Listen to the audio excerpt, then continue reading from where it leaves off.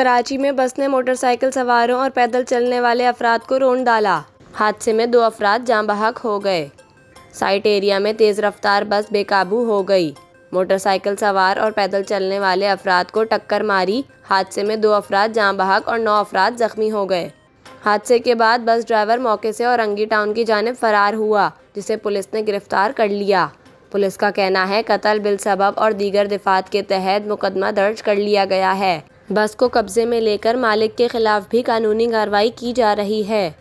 دوسری جانب شاہراہ فیصل پر گاڑی کی موٹر سائیکل کو ٹکر لگنے سے خاتون جاں بحق ہوئیں۔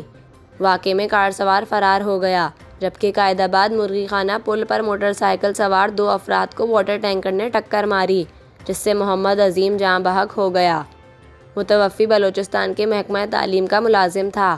حادثے کے بعد ٹرک ڈرائیور موقع سے فرار ہو گیا۔